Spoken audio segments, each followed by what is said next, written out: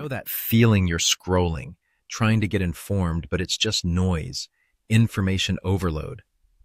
Or maybe worse, it feels like someone's pushing an agenda, telling you what to think. Yeah. It's a very modern feeling, isn't it? But the roots of it, will they go back centuries?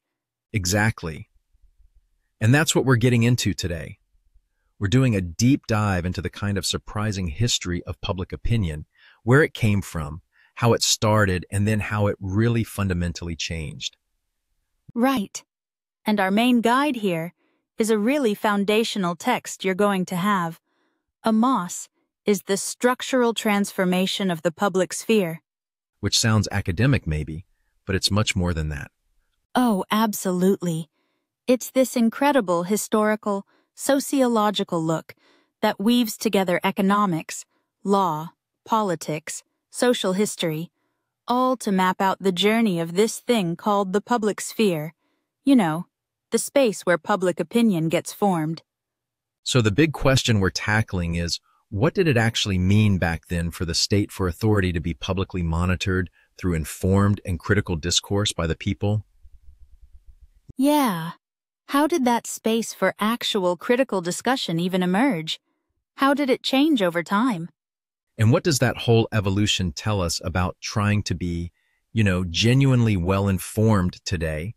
Because you really do see the echoes of these historical shifts right now. Definitely. And to get a handle on the public sphere, as we think of it, you really have to go back. Way back before it emerged, power wasn't really debated in public. It was displayed. Habermas calls it representative publicness. Okay, so paint a picture like a king or a queen. Exactly. Think of a monarch. Their power wasn't just something they use behind closed doors. Their presence, the grand processions, the whole spectacle of the court, that was publicness. So it wasn't about people discussing policies. Not at all. It was about the ruler just being.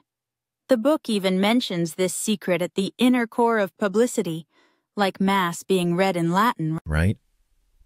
The ritual is public, everyone sees it, but the meaning is kept opaque, deliberately. You were there to witness the grandeur, the aura, not really to understand or critique it. Power was performance. Not participation. That's a key difference. A profound difference. Yeah. The focus was all on embodying authority. Habermas uses the novel Wilhelmeister as an example, though it's later. It captures this shift. A nobleman was authority through his personality, his very being, a public person. But the rising middle class, the bourgeoisie, they couldn't do that. No, their identity wasn't about being. It was about doing what they produced, what they achieved in the market. Yes. So you get this character, Wilhelm, who's bourgeois, and he seeks the stage almost as a substitute for this older kind of public visibility that was already fading. The public itself was changing. Okay. So that sets the stage for this new thing, the bourgeois public sphere. Where did it emerge? It took shape in this space between what Habermas calls civil society, so private life, the market economy, and the formal state. Yeah. And the key thing, the really crucial part, is that it was a space where critical public discussion about matters of general interest was institutionally guaranteed. Meaning there were actual places, institutions where this could happen. Right, and it wasn't random. It grew out of that developing market, the economy, people needing to discuss trade, finance, that kind of thing. And importantly, it grew out of clashes with the absolutist state. Those economic discussions, they pretty quickly broadened into political critique. And the places where this happened, coffee houses, sound amazing. Oh, they were central, especially in London, say, between 1680 and 1730. That was their golden age, just bustling centers of criticism. It started literary, but very quickly became economic and political debates. And you said 3,000 of them in London alone. Yeah, Incredible numbers, and mostly men, it's important to note. But the point is, these weren't just places to grab a coffee. They were where private opinions started to become a public force challenging that old top-down authority. Wow. Okay, so London had coffee houses. What about elsewhere? France. France had the salons, think of the Hôtel de Rambouillet. These were different, more exclusive perhaps. Yeah, they kind of replaced the old court festivities as place for intellectual gatherings. So more highbrow. Maybe. In a way. I mean, someone like Diderot, the encyclopedist, he'd actually test out his ideas in salons before publishing. They had this sort of monopoly of first publication, shaving ideas before they even hit the wider world. You needed an invite to be in the intellectual loop. Pretty much. And Germany had its version too. The Tischgesellschaften table societies may be less dynamic politically, but their goal was quite radical for the time, Which was to create an equality and association among persons of unequal social status. Basically, trying to get people from different walks of life talking as equals, transcending social rank through discussion alone. That is pretty radical for that era and all this talking. It connected with print, right? Absolutely. Hand in hand, the rise of the novel, political journalism. They fed each other. Early scholarly journals like the Journal de Savant from 1665 started including critical reasoning, not just reporting facts. And then you get the really interesting stuff, like the moral weeklies. Yes, like Addison and Steele's Cattler and Spectator in the early 1700s, they were completely intertwined with coffeehouse life. People didn't just read them quietly. They talked about them, argued about them. Exactly. They were discussion starters. And you had things like the famous Lion's Head letterbox at Button's Coffee House. Readers literally dropped letters to the editor in there. A direct line. A direct channel for public input. It shows this critical public really forming. People weren't just consuming information, they were engaging with it, judging it. It's fascinating how the actual word public changed, too. Yeah, that's a huge point in the book. It shifted from meaning, the state or official events, Like a public reception. right, to meaning things like public opinion, the informed public, even the verbs to publish, to publicize. In Britain, the word public starts replacing older terms like world or mankind for the mid-17th century. And public opinion itself. That phrase really pops up in the late 18th century, and it's explicitly linked to this idea of a critical public, a wrist in public, a judging public. The language itself shows this shift from a passive audience to an active reasoning one. Okay, so this brings us to the peak, the ideal of this bourgeois public sphere. What was that ideal? The ideal was rational critical debate. The vision was discussion happening without regard to all pre-existing social and political rank.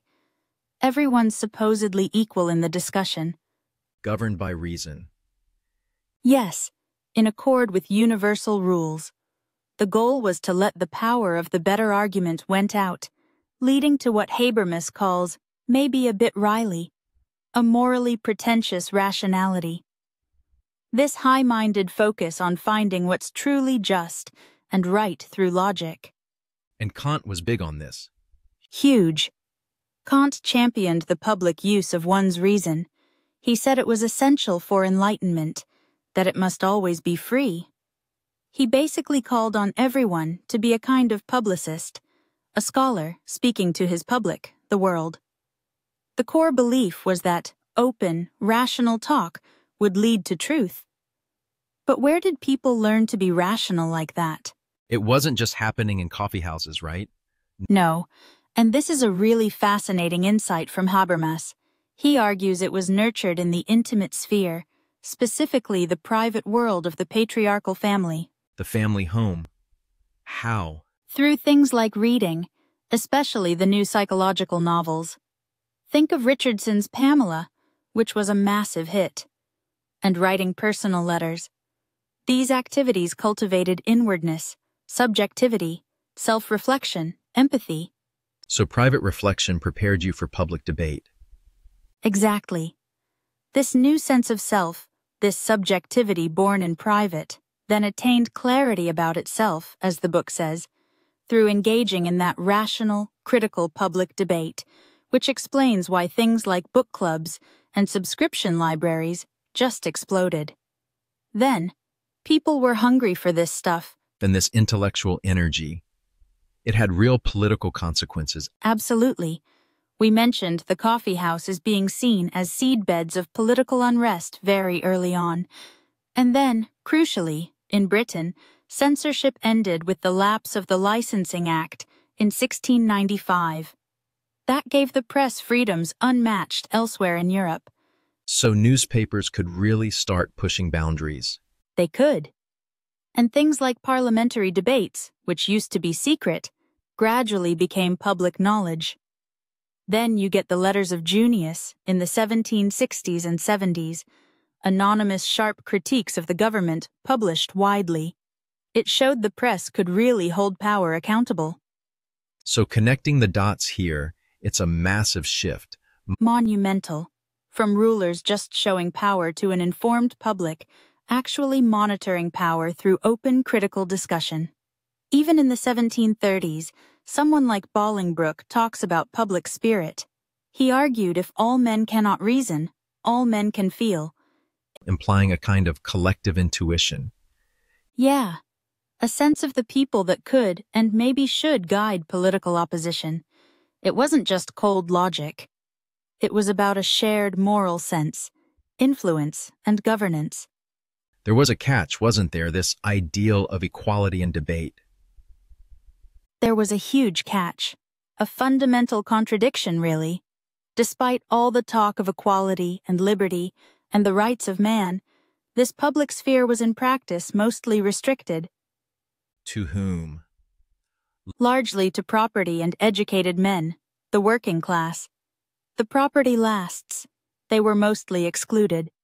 They might have rights to legal protection, but not really the right to participate in making the laws.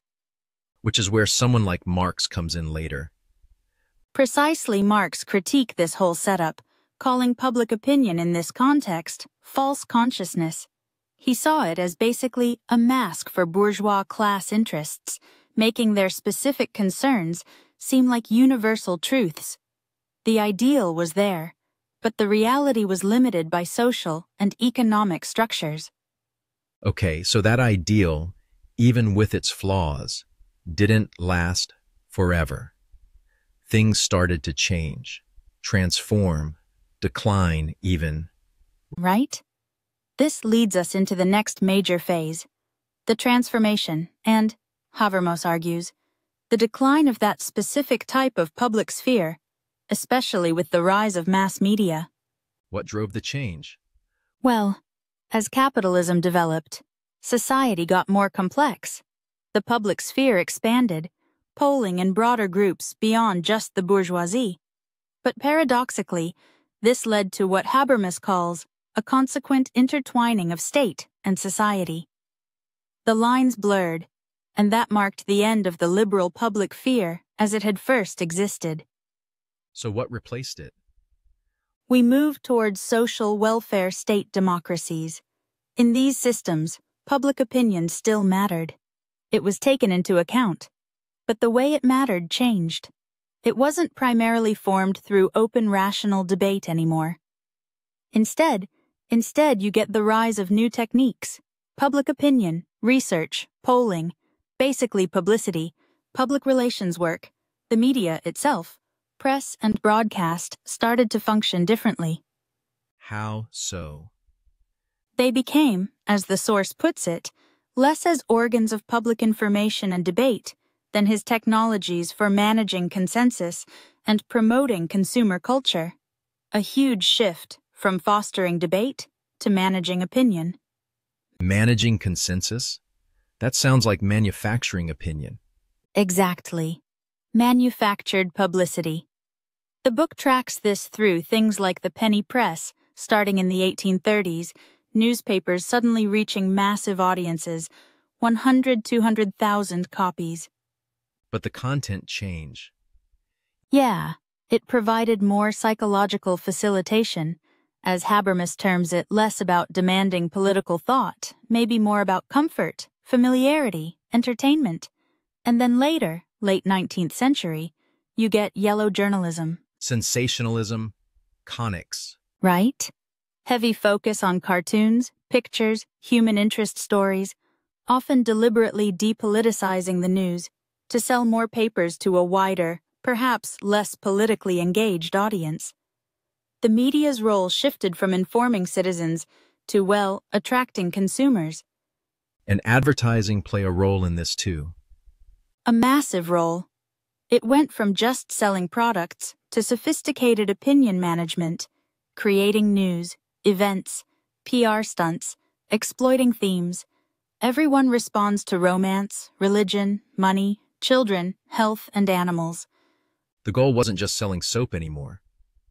No, the goal was explicit reorientation of public opinion by the formation of new authorities or symbols. It became about shaping how people felt, what they paid attention to, not necessarily what they thought critically about. And this blurred the lines between news and entertainment completely. Journalism and literature, information and entertainment, it all got mixed up. Habermas notes how public issues were increasingly garbed and private dress personalized, often distorted to the point of unrecognizability. So we focus on the personalities, not the policies. Exactly. It fosters, he argues, a sentimentality toward persons and corresponding cynicism toward institutions. We get invested in the soap opera of public life, maybe, and lose trust in the actual structures.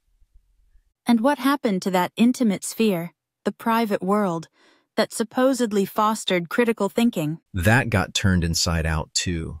It became a public spectacle. Mass media provided endless opportunity for identification with celebrities, public figures. It became authorities for advice on the problems of life. Like agony ants on a massive scale. Kind of, Habermas says.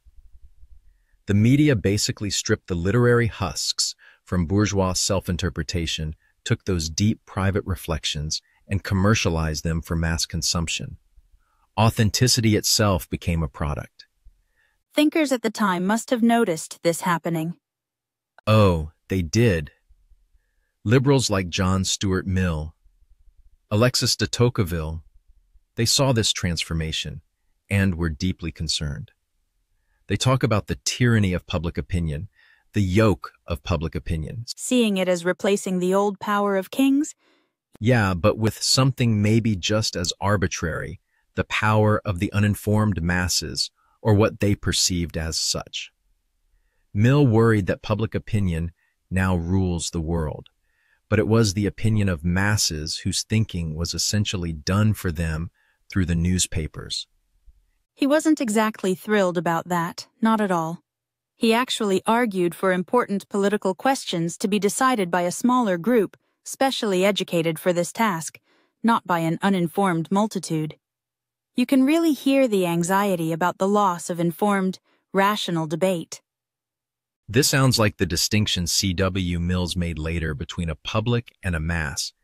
Exactly. That's a crucial distinction Habermas picks up on. For Mills, a public is active. Lots of people express opinions. There's real back and forth communication. People can organize and act against authority, and they have some independence from institutions. It's about engaged citizens, right? Whereas a mass, well, it's much more passive.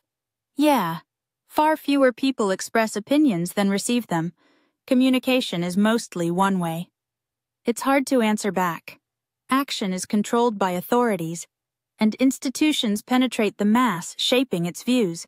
So citizens become consumers of information, consumers, Yeah, not producers of critical thought.